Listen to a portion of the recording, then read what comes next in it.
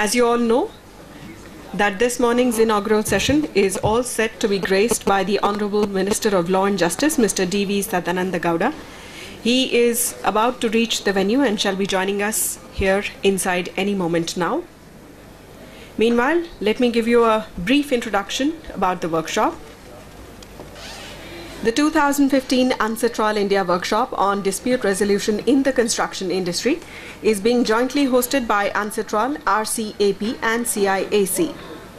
UNCITRAL, as you all know, is the core legal body of the United Nations system in the field of international trade law, a legal body with universal membership specializing in commercial law reform worldwide for over 40 years.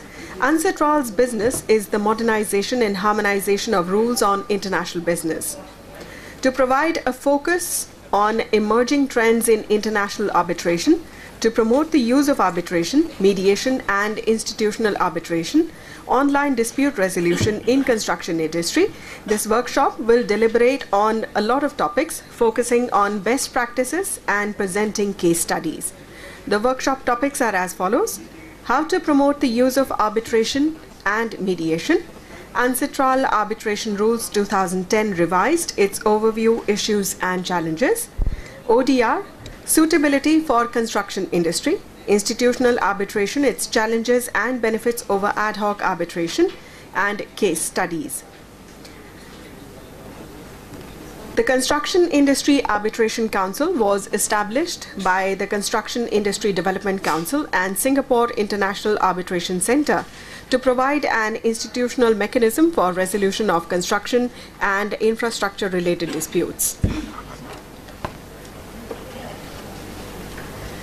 After the opening session, we have other sessions scheduled for the day. They are as follows. The technical session 1 is on arbitration.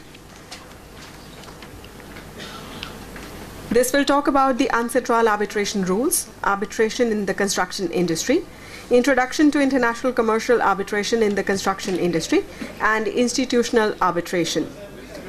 The technical session 2 will happen after the lunch break. This is about conciliation and mediation. The speaker is Professor Rajesh Sharma from the City University of Hong Kong and will talk about UNCITRAL conciliation rules, conciliation mediation in the construction industry, introduction to international commercial conciliation mediation in the construction industry. Ladies and gentlemen, please join me in welcoming the honorable dignitaries who have just joined us on the dais.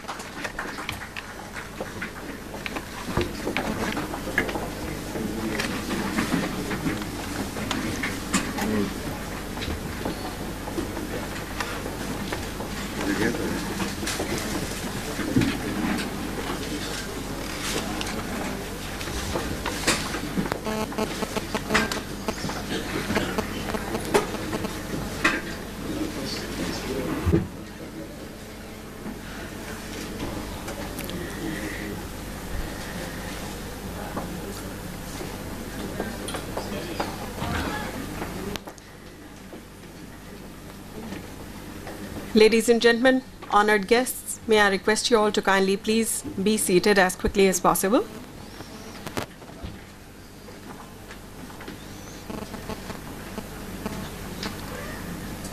Good morning once again. Dignitaries seated on the dais, distinguished invitees, ladies and gentlemen. Welcome to 2015 UNCITRAL India Workshop on Dispute Resolution in the Construction Industry. This morning, we warmly welcome in our midst the Honorable Minister of Law and Justice, Mr. D.V. Sadananda Gowda. May I request Dr. B.D. Mundra, Chairman, UNECEP, Board Member CIDC, and Chairman Simplex, to kindly present a bouquet to the Honorable Minister, and please welcome him.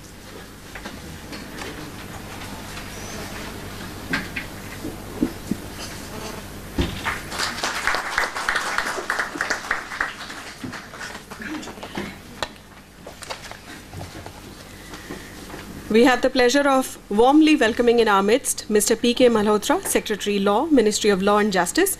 May I once again request Dr. B.D. Mundra to kindly present a bouquet to the honored guest, and please welcome him.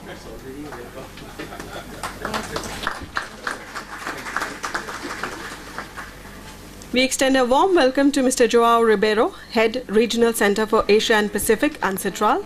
May I request Dr. Mundra to kindly present a bouquet to the honored guest and please welcome him.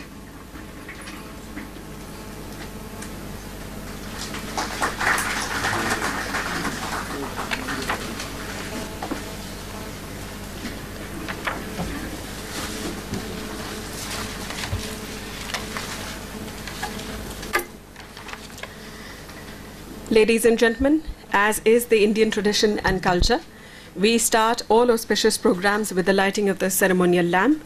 May I request the Honorable Minister and all the dignitaries seated on the dais to please light the ceremonial lamp and inaugurate this session.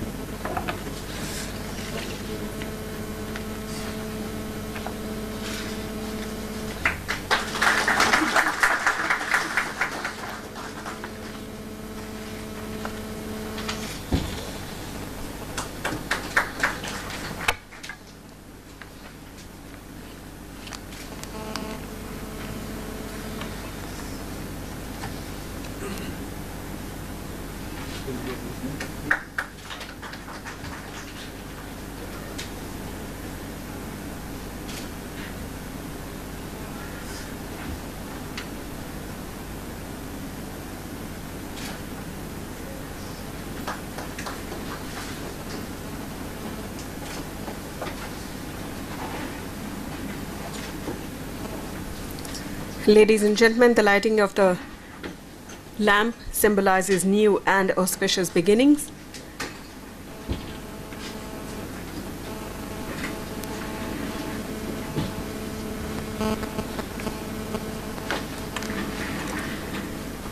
Seated with us on the dais this morning is Dr. Udesh Kohli. He is presently Chairman CIAC and Emeritus, Chairman Construction Industry Development Council.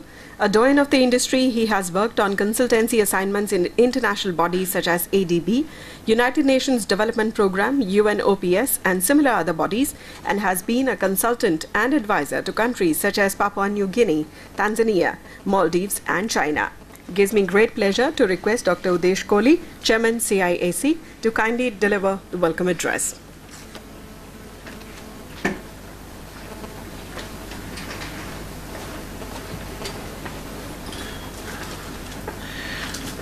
Honorable Union Minister of Law and Justice, the Law Secretary, Ms. Mundra, Joe, and Dr. Anna, distinguished participants, invitees, guests, ladies and gentlemen. It gives me a great pleasure to welcome the Honorable Minister, the dignitaries and doyens, and all of you to this first ever UNCITRAL workshop on this subject being held in India.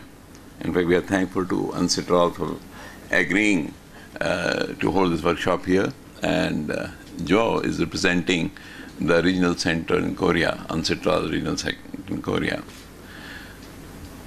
CIAC, which is organizing this jointly with the UN Regional Center, has been engaged on institutional arbitration.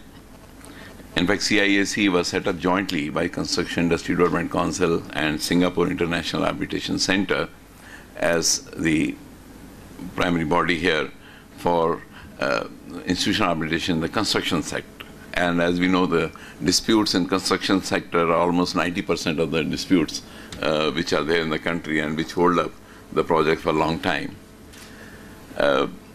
The CIAC has followed the procedures adopted by the SIAC. In fact, SIAC was part of the joint collaboration for almost 5 years, and only recently they said now CIAC can be on its own working in this area. We developed the manual, which is again on the lines of the SIAC manual, so we want to follow the international practice for the dispute resolution in the country. Well, almost all of us know, and I think we all subscribe to this fact that institutional arbitration is far better than what we generally call ad hoc arbitration. And it takes much less time, it's more organized, orderly, disciplined, and disputes are solved much better at much less cost. We all know that. But somehow, this has not really has been introduced in most of the contracts in this country. Very few contracts have provision for institutional arbitration. And that's where I think we have to work together to ensure that institutional arbitration is adopted in almost all the contracts. And there, the Ministry of Law can play a very important role. And we are very fortunate that we have the Law Minister and the Law Secretary both with us. In fact, recently the Cabinet has approved the ordinance for amending the 1996 Act. And as we understand, the amendment provides specifically for institutional arbitration. But I think the main thing is how to implement, how to ensure. And there I would request the Law Ministry, and the Law Minister particularly, that if they could advise all the government departments and the public enterprises, which again, I think count for almost 80 to 90% of disputes in the country, and where they're the bulk really. So if they could have this institutional arbitration, perhaps it will get implemented soon. And also, if the Law Ministry could prepare a panel of those institutions like CIAC who can provide this institutional arbitration facility, then probably it will be easier for the ministries, the public enterprises, as well as even the state governments to choose any of the institution out of this panel. In fact, at the moment we have less than half a dozen in the country. We have very few institutions who are specializing in institutional arbitration. So I'm sure with the guidance and the support and the direction from the Honorable Minister and the Ministry, probably once the bill goes in the Parliament and it gets approved, on the one hand we will have the new act in place, the amended act in place. At the same time, we will also have a mechanism by which the institutional arbitration gets implemented in the country very effectively. Thank you.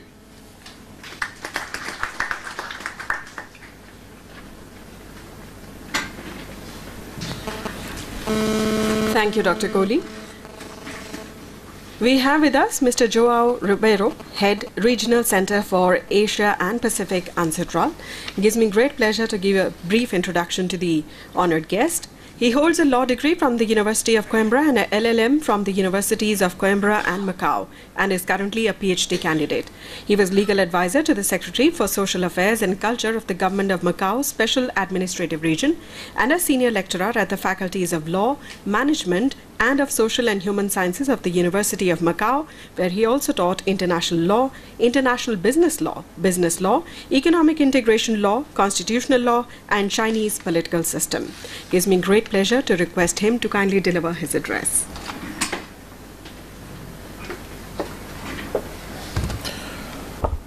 Honorable Minister, dear Law Secretary, dear Chairman of CIAC, ladies and gentlemen. I must start by acknowledging and thanking the support of CIAC and by recognizing the presence of the Government of India in this opening session.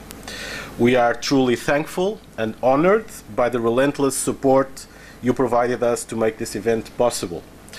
This is actually the first UNCITRAL event held in India in almost 50 years of history. So it's also an historical moment for us, and we are very grateful for that.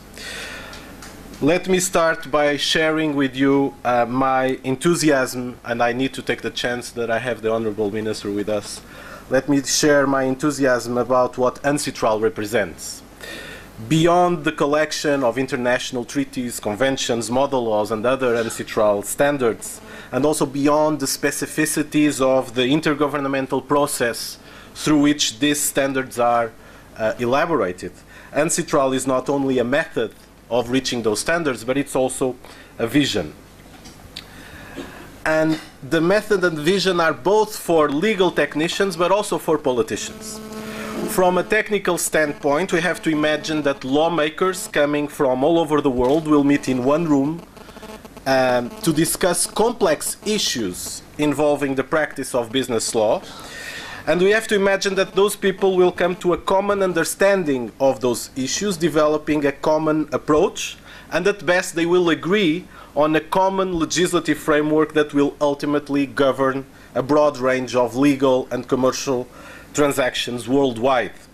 For this to happen, more than imagination, of course, we need to have faith in the technical ability of those entrusted with the drafting of a world standard. And also, we need to have faith that this practical set of rules can function satisfactorily in the very different legal, political, and economic environments in which world trade is conducted. This is a remarkable feat, not only from a technical point of view, but also from a political one. From a political standpoint, one must never forget that this law-making process that I described takes place in the broader context of the United Nations. And we, of course, as United Nations, are not simply concerned about the technicalities of commercial law. As a political organization, the United Nations has no interest whatsoever just to harmonize or modernize international trade law and practices if it was not convinced that such technical work is conducted in pursuance of greater goals, such as the promotion of the rule of law and ultimately of peace. This is exactly what the General Assembly of the United Nations repeatedly every year approves, endorsing the implementation and effective use of modern private law standards in international trade as being essential for advancing good governance, sustained economic development, and the eradication of poverty and hunger. Allow me to briefly underline the current work of UNCITRAL in the field of arbitration and online dispute resolution.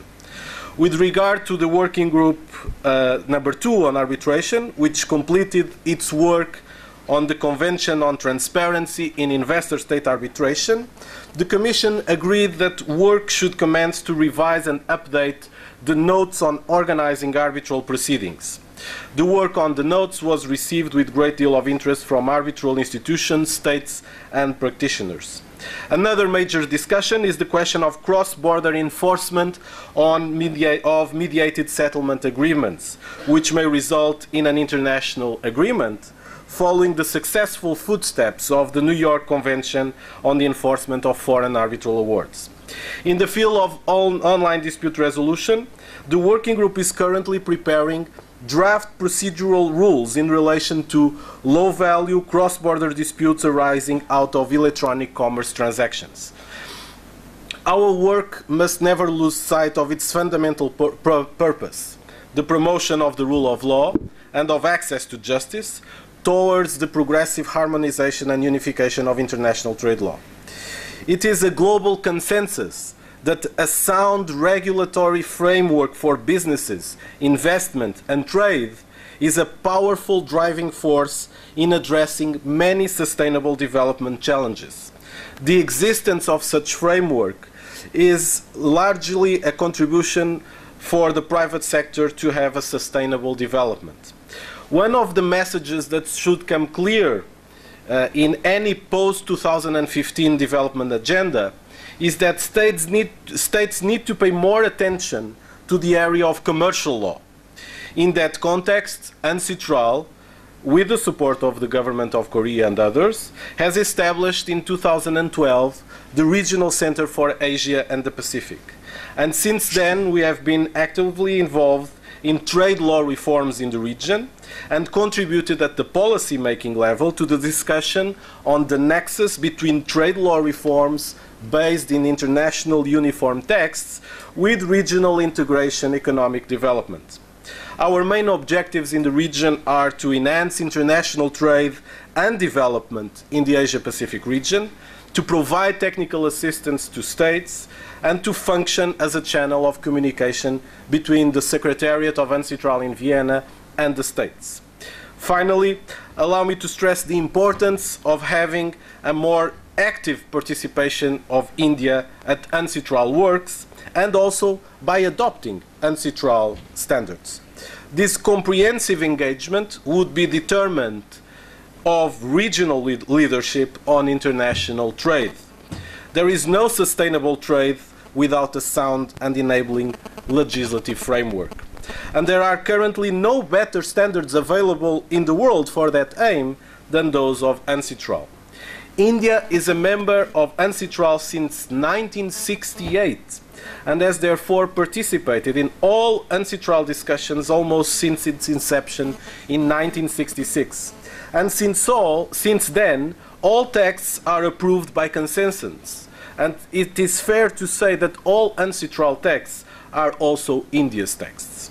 Also for this reason, it cannot be overstated how important it would be for the role of India in the world and in international trade to have India joining the United Nations Convention on Transparency in Treaty-Based Investor-State Arbitration and the United Nations Convention on the Use of Electronic Communications in International Contracts.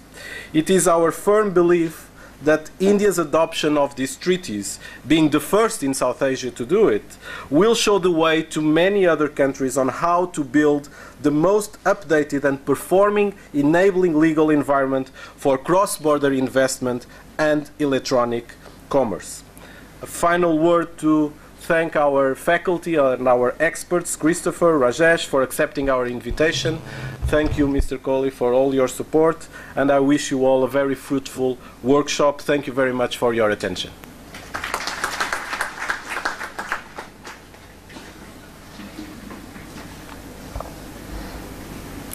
Thank you, Mr. Ribeiro, for joining us here this morning and sparing your time to be here with us.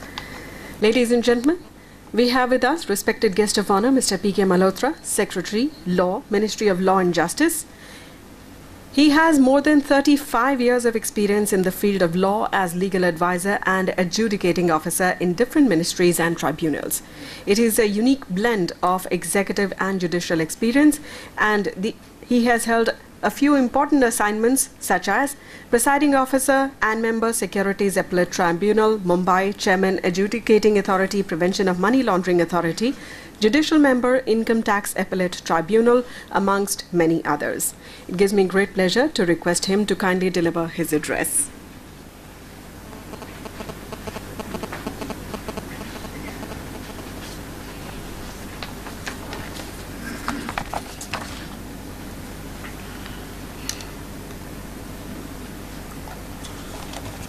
Honorable Minister for Law and Justice, Shri Sadananda Gowda ji, Mr. Joe Ribeiro, Mr.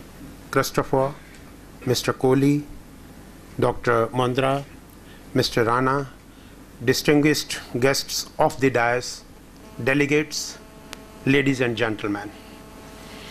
I'm very happy to be part of this 2015 UNCITRAL India workshop, which I am given to understand that with the cooperation of UNCITRAL is being held in India for the first time.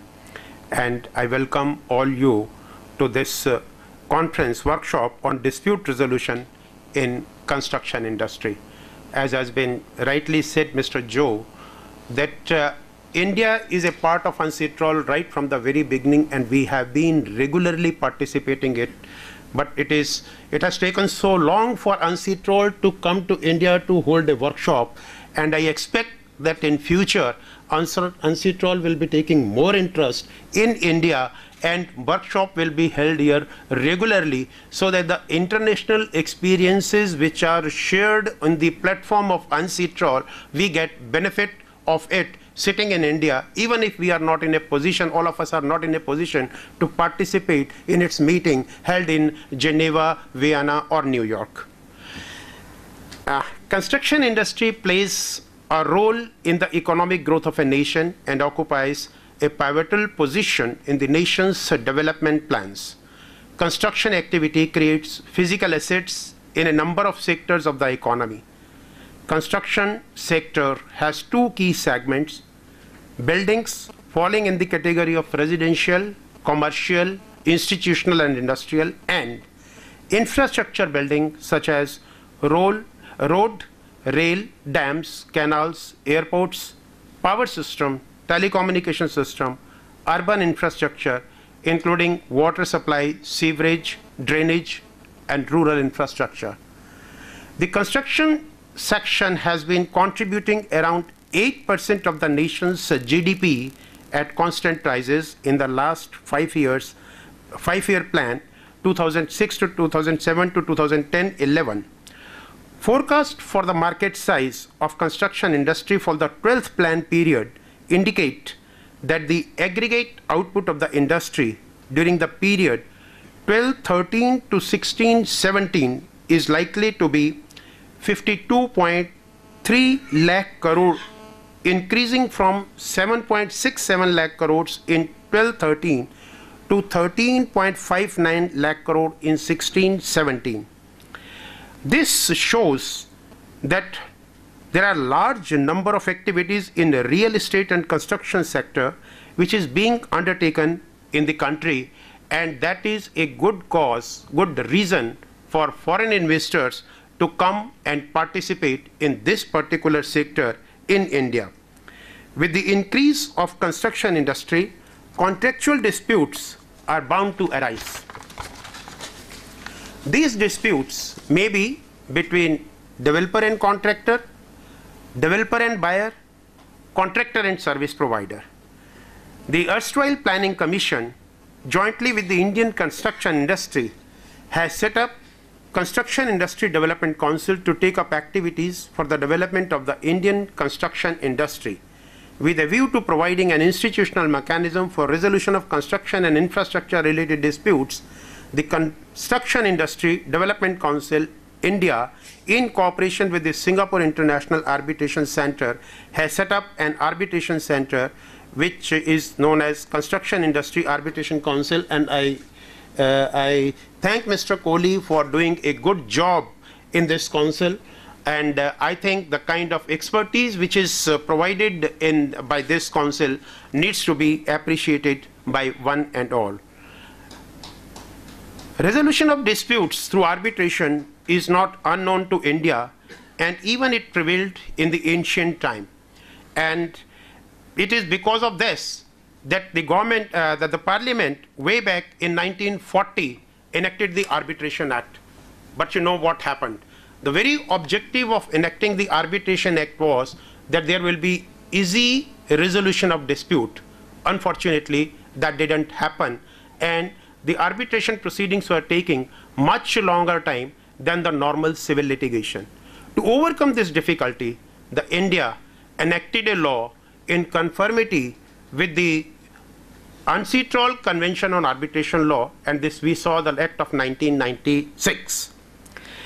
This 1996 Act, although the objective was that there will be easy and quick resolution of dispute, but unfortunately because of liberal interpretation given to some of the provisions of this enactment also, more particularly Section 9, Section 11, Section 34 of the Act, probably now again, in spite of the arbitration decision, parties go in litigation, and probably resolution of disputes take much longer than it was anticipated when either the UNCITRAL Convention was signed, or when based on the UNCITRAL Convention the law was made in India. One of the reasons, as very rightly pointed out by Mr. Kohli, is that,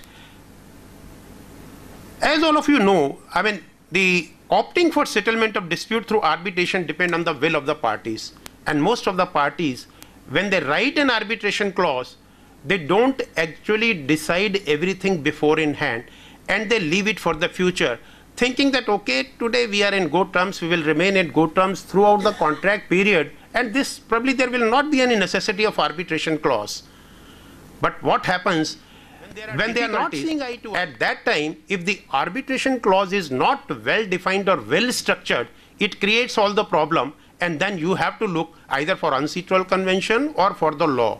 If at the initial stage itself you take care of it and the parties decide who will be the arbitrator, what will be the time frame within which the dispute will be decided, what is the likely cost which we are going to incur, probably most of the problems which we are facing today will not arise at all.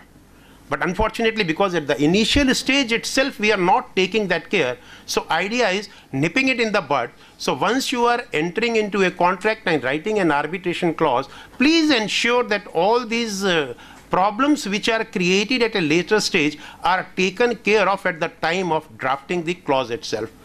One of the area can be, instead of ad hoc arbitration, where you leave everything to the arbitrator and allow him to function as per the provision of the Arbitration Act, where he fixes his own arbitration fee, he fixes the venue also, he fixes the time frame also. Involve some institutional arbitration. Go for the institutional arbitration, name an institution, because institution invariably has a time schedule, has a fee structure, and has a very good list of arbitrator who can handle this arbitration. Somebody may question, well, you may say that thereby the autonomy of the parties to decide an arbitration and how it should be decided get compromised. I personally feel at the time of executing a contract, if you are agreeing for it, probably to that extent your autonomy is not compromised, because you yourself has chosen the institutional arbitration among the best whosoever are available.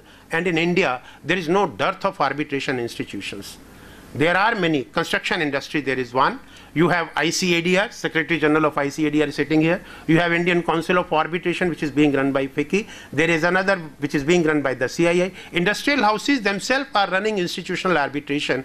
And why still ad hoc arbitration is being promoted, I don't understand. I think parties themselves are to be more blamed than the law. Advantage of institutional arbitration is that the administrative assistance from the institution, which will provide secretarial as well as court for arbitration. It has a list of qualified arbitrators to choose from. Assistance in encouraging reluctant parties to proceed with arbitration and established format with proven record. Institutional arbitration saves parties and their lawyers the effort to determine the arbitration procedure and of drafting an arbitration clause, which is provided by the institution itself. Once the parties have selected an institution, they can incorporate the institution's draft clause into their contract.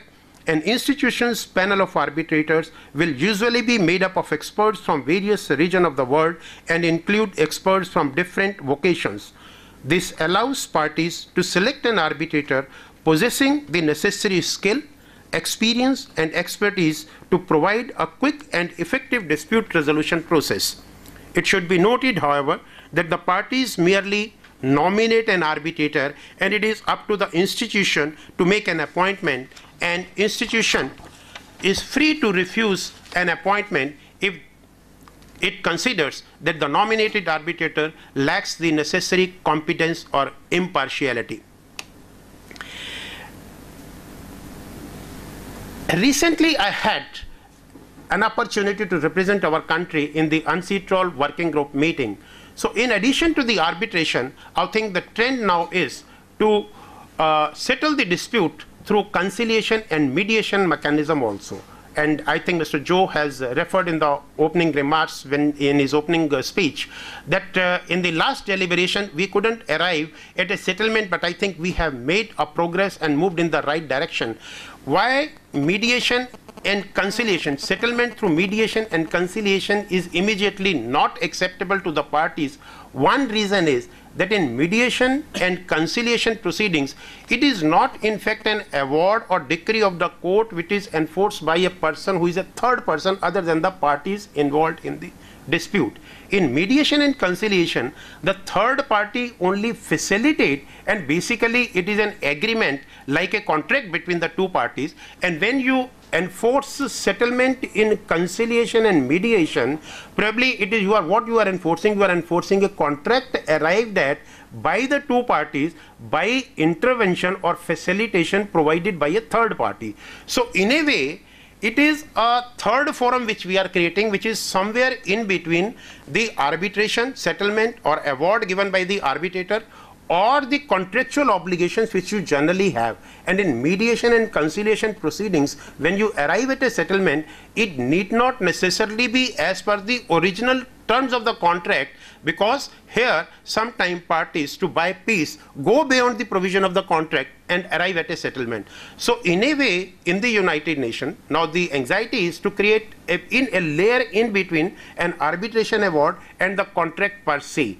And I think because there is going to be a change, and because of that change, probably it is not receptive to us as quickly as it should be, and I think little more deliberations are required, because of which even in the last meeting of the UNCITRAL group, probably a consensus could not be arrived, but everybody agreed that we should work in that direction. Insofar as India is concerned, our law is very clear. We have adopted UNCITRAL model law, and we have said in our act that even settlement arrived at in conciliation proceeding should be given a same status which is available to an award which is amicably given by the arbitrator after bringing both the parties on the same platform. So I think so far as India is concerned, we are much ahead as so far as implementation of the award given in or the settlement arrived at in conciliation proceeding is concerned. Whatever deficiencies have been found in the existing Arbitration Act, and we find that corrective steps need to be taken because of the liberal interpretation given to some of the statutes, and which is creating delay in the settlement of proceedings. The Law Commission has already given its report, which Mr. Kohli has also mentioned, that we are deliberating on it, and very shortly a bill is likely to be introduced in the Parliament. And recently one more judgment was given where public policy was defined by the Supreme Court in a much wider way in Western ONGC Western GECO case recently, and to overcome that, the Law Commission was quick enough to respond to it and submit another report to the government, giving certain more suggestions as to how the public policy should be defined. I think this is all under consideration. Our arbitration law will be as good as it can be anywhere else in the developed or other countries in the world, and we are looking towards that direction. I hope this conference will deliberate on all these issues and will come out with some concrete suggestion. Once again, I thank the organizations for giving me this opportunity to share my thoughts with this, on this platform, which is being presided over by my own law minister, from which I take guidance every day. Thank you very much.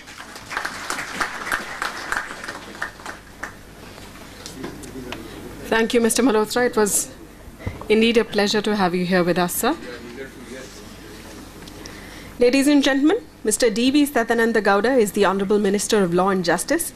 A soft-spoken Indian politician and a former Chief Minister of Karnataka, he won the National Level Award for Maintenance of Law and Order. He was a practicing lawyer, but was always keen for social service. His political activism and leadership skills as the General Secretary of the Students' Union of the college made him quite popular, and in order to work for the development of people, he decided to join politics and resigned from his job. Mr. Gowda's talent took him to the position of State President in 2006 and finally into Mr. Modi's cabinet in the year 2014 when he won the 2014 Lok Sabha elections from the Bangalore North constituency. Please join me in welcoming the Honorable Minister of Law and Justice, Mr. D.V. Sadananda Gowda, as I invite him to deliver the inaugural address.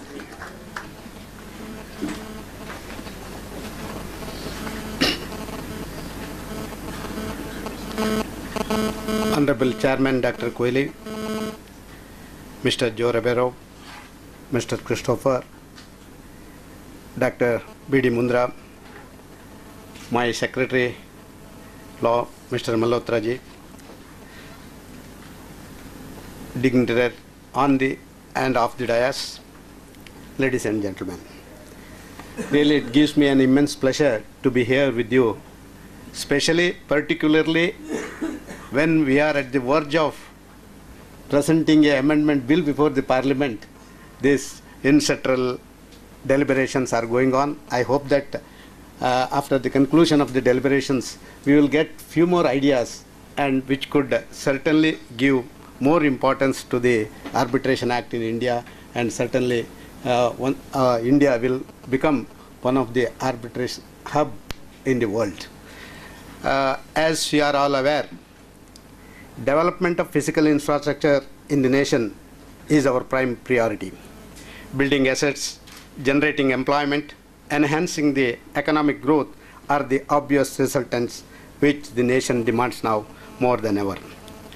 Positive development could only happen with a robust and healthy work and business environment, and one major ingredient to ensure the speedy, equitable and fair dispute resolution.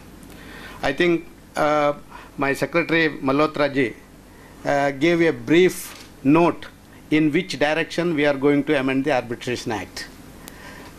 He made it very clear that the amendments that we are going to bring in the Arbitration Act, which we are going to present in the budget session, is ready with us. We have got the cabinet approval also. All these things that have been covered, and I hope that the deliberations which you are making today, and if there are any new suggestions, certainly the government will take care of it, and we will certainly include in our bill which we are going to present before the Parliament in the coming budget session. With an annual investment of over 4.3 trillion in building the assets in the nation and generating employment of over 42 million, construction industry plays a vital role in achieving stated objectives. Ironically, it is this activity which suffers most by unresolved business disputes. According to recent estimates, over 18% of the annual output remains stuck in a variety of disputes. This, I am aware, inhibits the growth, creates an environment of uncertainty, and results in poor business confidence, and the situation needs immediate reversal. We all know that our regular courts are overburdened with huge pendency of civil as well as criminal cases. Therefore, we need to resort to alternative dispute resolution mechanisms like arbitration for settling commercial disputes. The basic advantage of arbitrations are simplicity of procedure, low cost, cordial atmosphere, and expeditious disposal. One of the very important objectives of our government, led by Honorable Prime Minister Shri Modi ji, is to make India an international hub for arbitration. It can happen only when certain basic systems are put in place, like reducing the time taken for deciding a dispute, certain modification in the process adopted, and the finality of those awards and the legal sanctity attached to the legal process. If all these are properly put in place, India can certainly dream of becoming an international hub for arbitration. The government will shortly bring out necessary amendments to the Arbitration and Conciliation Act. Some of the measures being undertaken on priority basis for ensuring the timely and effective enforcement of commercial contracts involve exploring the possibility of setting up specialized fast-track courts, tribunals at the subordinate level, and specialized commercial divisions at the High Court level to deal with the commercial cases, and encouraging the arbitration to resolve contractual disputes.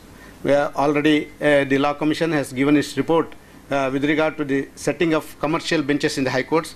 We are working on it, and we hope that we are bringing a law to setting up of commercial benches in the High Court, so that commercial disputes should be solved at the earliest. I am happy to note that the Construction Industry Arbitration Council, jointly with UNCITRAL and CIDC, has organized this workshop to evolve workable strategies to overcome these impediments. Adopting institutional arbitration, replacing the ad hoc arbitration, understanding and resorting to alternative methods of dispute resolution, and most importantly, introduction of online mode of dispute resolution, especially for small value disputes need resolution, are some of the most important issues needing not only deliberations but for definite solutions. Because the concept of a smart city, that is the innovative idea of this government, certainly it will give more importance for introduction of online mode of dispute resolution. These issues have been identified for action in the 12th National Plan, and my ministry shall be pleased to ensure their implementation. In this context, I shall be very keen to have the recommendations of today's workshop, and would invite Construction Industry Arbitration Council to work with my ministry to ensure speedy implementation of good practices recommended by the experts present here.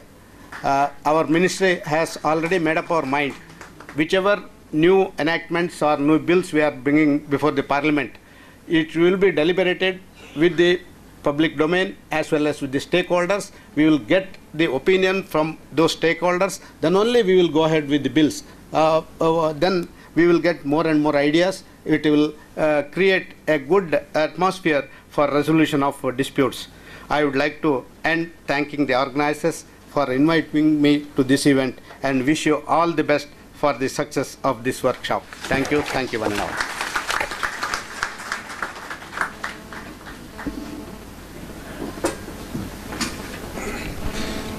Thank you, Honorable Minister, sir. It was indeed a great honor to have you here with us. We will now have the distribution of certificates by the Honorable Minister of Law and Justice. May I request Mr. Gowda, the Honorable Minister, sir, to please kindly do us the honors.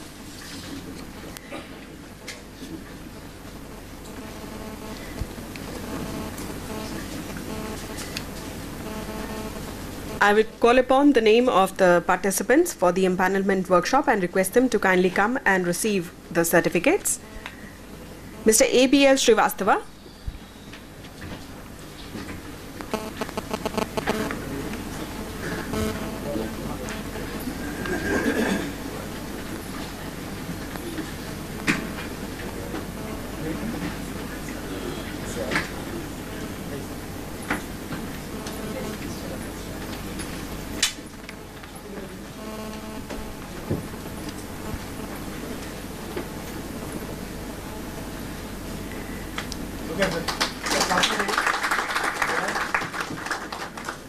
Mr. V. Gopalakrishnan.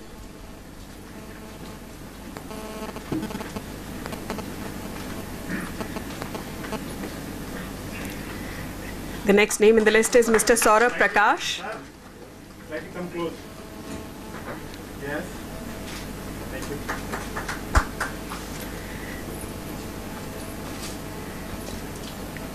May I request meanwhile Mr. Deepak Rai to please be ready.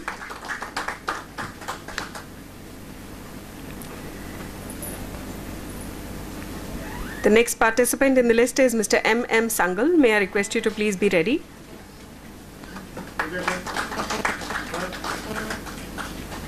Our next participant is Mr. Neeraj Arora.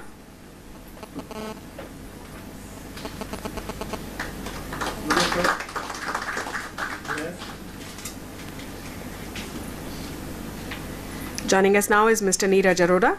And after that, may I request Mr. Sujit Kumar to please be ready.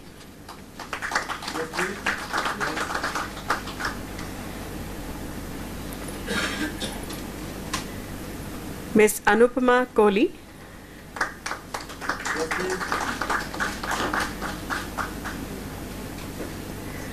Dr. Dhaval M. Parekh. Mr. S.K. Vij. Mr. Himanshu Upadhyay.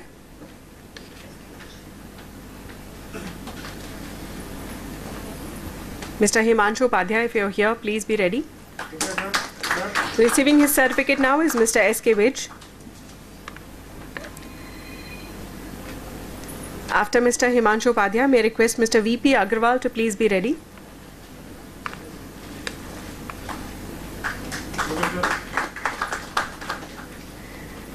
After Mr. Agrawal, I request Mr. Krishan Kalra to come near the dais.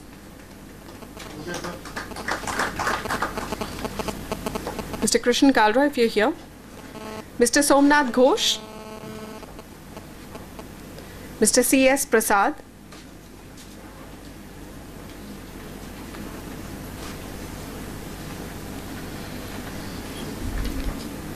After Mr. Prasad, I would call upon Mr. Ajay Kumar.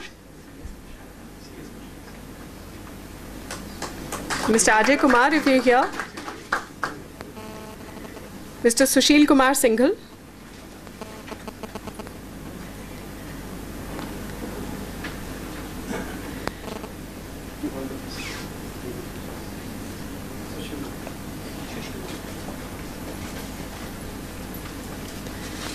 We have just been joined by Ms. Anupama Kohli.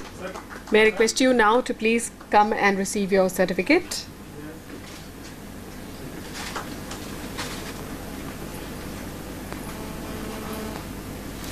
That's Ms. Anupma Kohli receiving her certificate.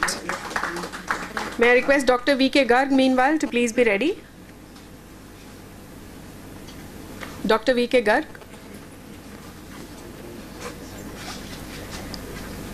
The next name in this list is Mr. Pradeep Bhargava, Ms. Rekha Bhargava. That concludes our list. Thank you, Honorable Minister, sir, for presenting these certificates.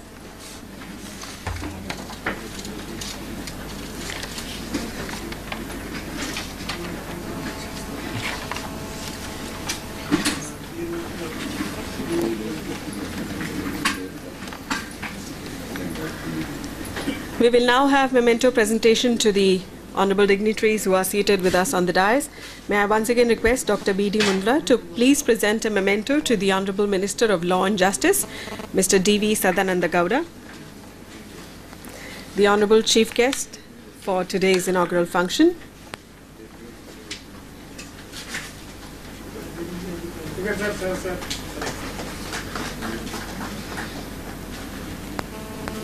May I request Dr. Mundra to kindly present a memento to respected guest of honor, Mr. P.K. Malhotra, Secretary Law, Ministry of Law and Justice.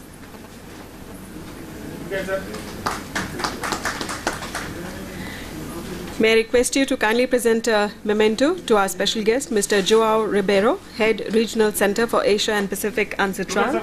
Sir, please. Thank you, Dr. Mundra. Ladies and gentlemen, before I invite Dr. P.R. Swaroop, Member Secretary CIAC, to propose the vote of thanks. He is the Member Secretary CIAC, Director General at CIDC, an initiative started by the Planning Commission, Government of India. As the first CEO of CIDC, he has been responsible for conceptualizing and implementing several good practices in the construction industry, which have been widely recognized by the industry and appreciated by all. I now invite Dr. P.R. Swaroop to kindly propose the vote of thanks.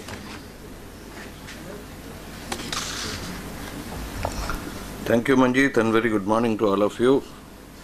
Honorable Union Minister of Law and Justice, Shri Sadananda Gowda ji, Mr. Malhotra, Honorable Secretary, Law and Justice, Government of India, Dr. Udesh Kohli, Dr. B.D. Mundra, Mr. Joao, my guest, and Dr. P.S. Rana, Chairman CIDC. It's a pleasure being here and a greater privilege to have Honorable Minister amongst us. I have had previous experience of having been interacting with Honorable Minister while he was the Chief Minister of Karnataka State, and all I can tell you that although it was mentioned that he is a politician par excellence, but I think he is a politician but a better organizer and a person who takes very quick and dynamic decisions. As a matter of fact, all the skill development initiatives that you see in the Karnataka state came about during his tenure as the Honorable Chief Minister of the state, and I know him as a person who takes quick and fast decision. So that's a matter of great pleasure, ladies and gentlemen, that we have such a person amongst us who's going to take us up to the kind of be able to mature the objectives of our government to build the infrastructure being the finest in the whole of the world for that matter. Thank you so much, sir, for being with us.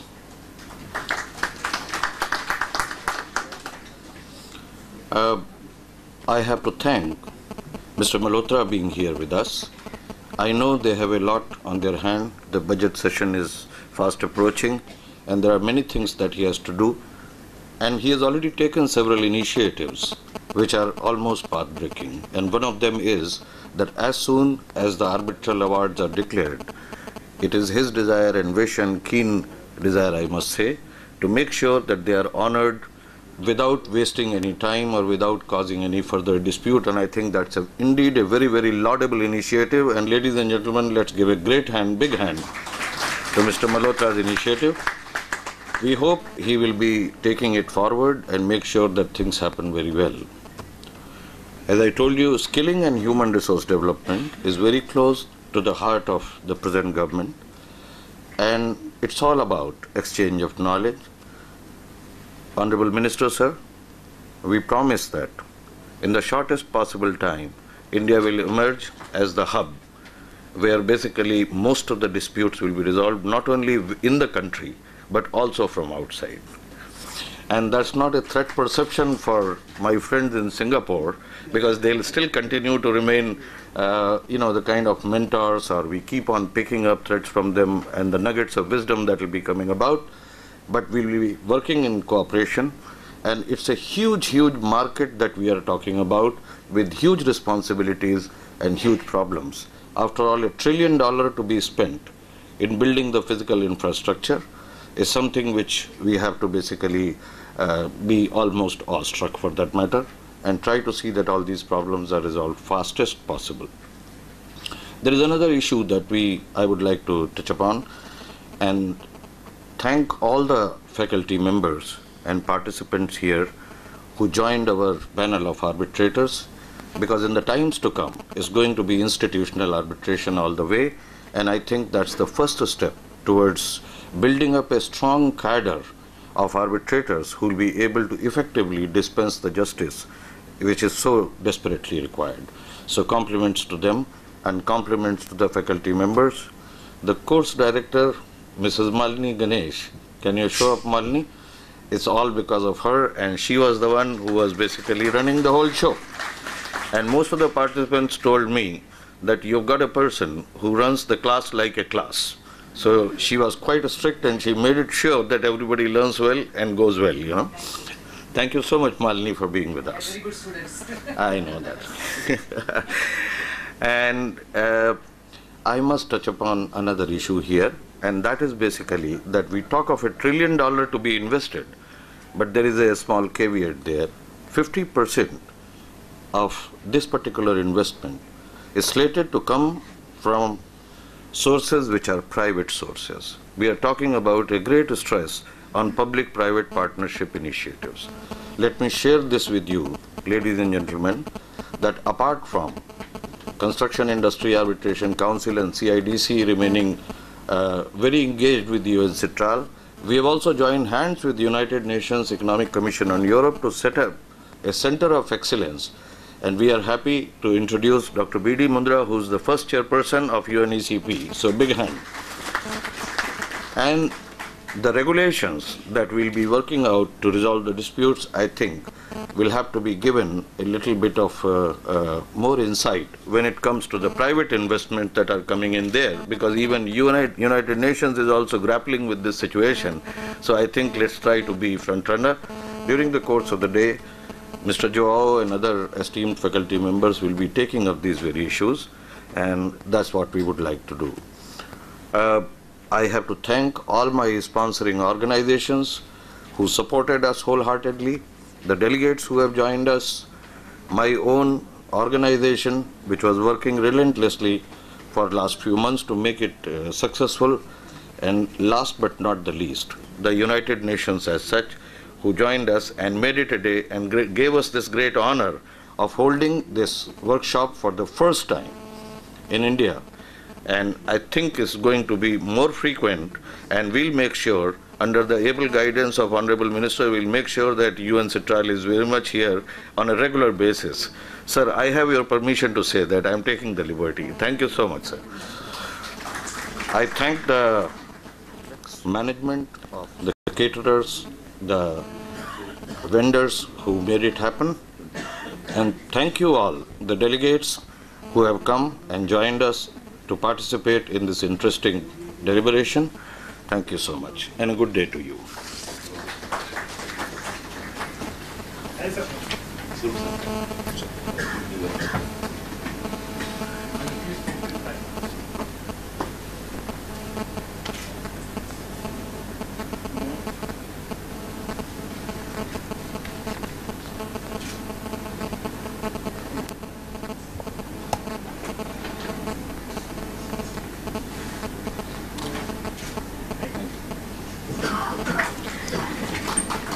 Thank you, dignitaries, ladies and gentlemen. That brings us to the end of the inaugural session. Please do note that we have technical sessions to look forward to. So we now take a quick 10-minute break as we are behind schedule. Please do join us back in time for technical session 1, which shall be talking about arbitration, the UNCITRAL arbitration rules, arbitration in the construction industry, introduction to international commercial arbitration in the construction industry, and institutional arbitration.